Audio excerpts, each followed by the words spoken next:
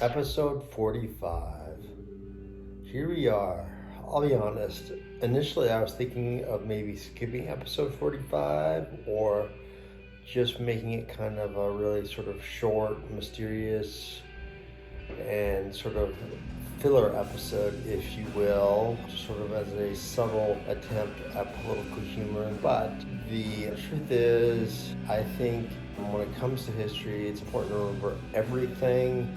And also too, plus for this series, I'm really just not into the idea of filler material. So I decided to go a different direction. So instead, I decided I wanted to focus on someone who is very important to me. Certainly, seemingly anyway, doesn't seem to have anything to do with cancer. I believe it actually he does. But anyway, it's somebody who had a great influence on my life. And it's a guy named Malice Green.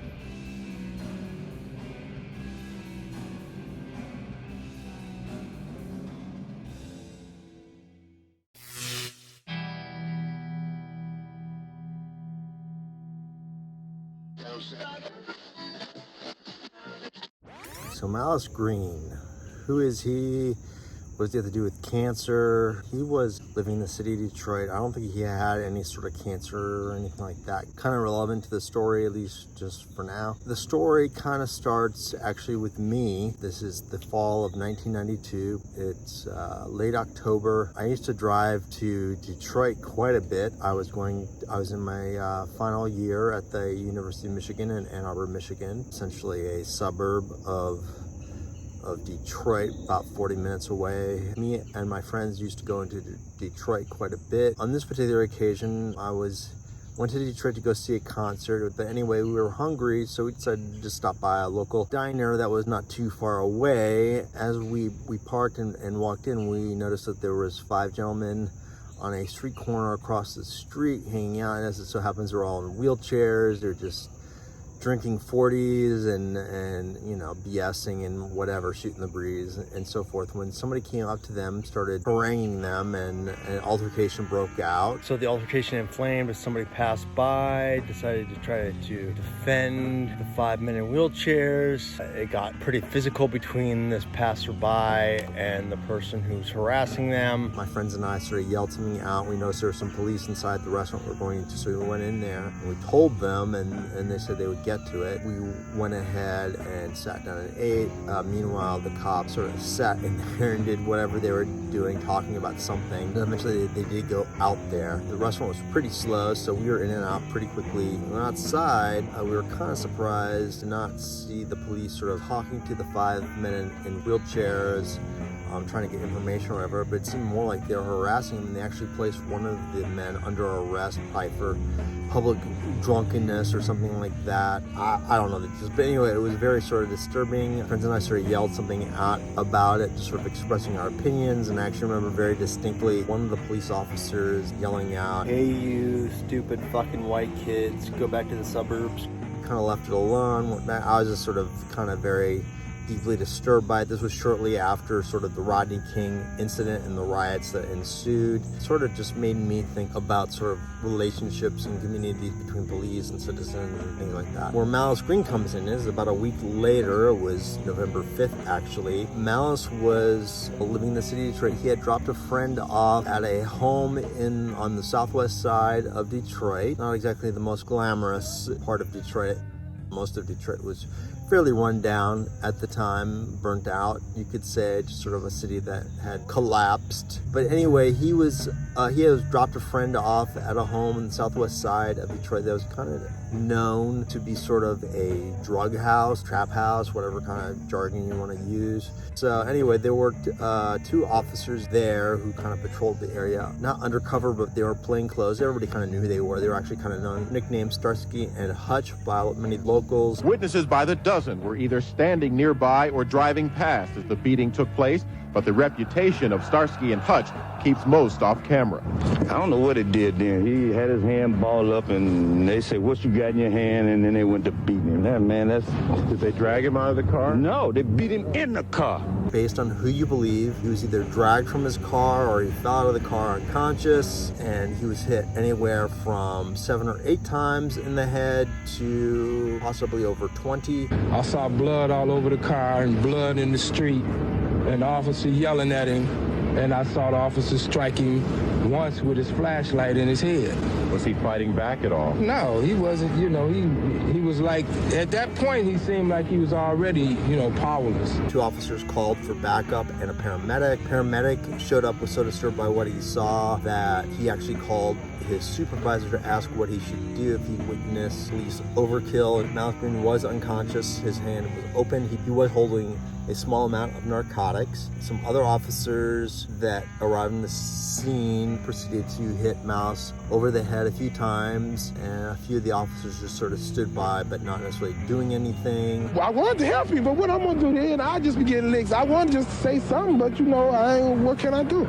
We couldn't do nothing. We just wiped the blood off the flashlight and put it back where he had it at. The initial coroner's report was that he died as the result of blunt force trauma, but they did also find alcohol and drugs in his system. In my direction, 7 officers will be suspended today. I feel this incident is disgraceful and a total embarrassment. Actually brought tears to my eyes. That just goes to show how serious of an instance this was and how kind of over the top the reaction was. Basically what amounts to a minor drug charge. Time goes by, several of the officers are brought up in charges. There's 2 in particular who would be convicted of murder. You want me to answer? I'm telling you what I saw. That isn't what I asked you, but you've already clearly established you didn't see a thing. You didn't hear nothing, you didn't see nothing, you didn't do nothing. But there's more to the story. Those 2 of the men would actually have their cases overturned, and not because of some sort of new evidence that emerged or anything like that. It was more that several of the jurors had been shown the movie Malcolm X as a form of entertainment at some point. This was viewed as sort of tainting the jurors' perspective. Also, the jury was primarily black. In the second trial, the coroner changed their story to the cause of death being drugs and alcohol in Malice Green's system. And later, the medical examiner who actually performed the autopsy came out and said that he'd actually been forced to say this and wrote a book about it and made some money on that, so take that for what it's worth. But even still, there was a conviction again, so obviously there's probably some merit in there. The truth lies in there somewhere. Anyway, how this relates back to me is, like I said before, I'd seen this incident just a week earlier and it had sort of been on my mind, as well as Rodney King. And it got me thinking, it was very disturbing to me. A 20-year-old kid at the time, what is this world that we live in? And sort of was kind of like a rude awakening. At this point, we were a long time past, like Emmett Till. I don't know if you know that name. I'm hopeful that most of you do. But he was a young man who was killed in 1955 for flirting with a young lady who later would lie about the extent of what he said and did towards her. But anyway, he wound up dead, beaten, and lynched, essentially. It was national news. So you would think that maybe as a society we learned that all is not right in Denmark, as they say. His story always stuck with me. It got me thinking about more recent incidences that are maybe more well known by more people. I don't say this to make anybody feel bad. I just believe that there is a point to be made. Do you remember the name of the unarmed person who was killed in Ferguson, Missouri for the heinous crime of stealing a box of cigarillos? And there was a wide variety of different conflicting accounts of what actually happened that led to that tragedy. Regardless, this gentleman was unarmed, and while yes, he was committing a crime, much more violent and dangerous offenders that have been brought into custody without death happening. Police somehow managed to bring those individuals into custody without any sort of major harm coming to anybody. Do you remember the name of the person that was stopped in Texas for a routine traffic stop and wound up dead in a jail cell just a couple days later under mysterious circumstances? Do you remember the name of the individual who was shot 18 or 19 times by New York City police? Actually, they shot around of 40 plus shots, and it turned out to be a case of mistaken identity. They thought this individual was a rape suspect. He was not. Do you remember the person in New York City who was killed for the major crime of selling loose cigarettes? Many of us know the names Breonna Taylor, George Floyd, a little bit more recent and more present, but you know how easily we forget these so-called lessons that these people are sacrificing their lives for. I mean, in another 5-6 years, will we remember their names as well? I mean, I hope so. I hope there's something to take away from that and sort of a motivation to improve as a society. I think the question isn't necessarily why are we still talking about this crap. Question is more, why aren't we talking about it more? Why aren't we letting ourselves be made to feel uncomfortable and actually do something about it? Let us actually take these lessons and change the way we behave and act towards one another and put things in proper perspective, which leads me to how this is all connected to cancer. I'm a big proponent of the philosophy of intersectionality. If you're not familiar with it, it's basically the notion that all struggles are interconnected.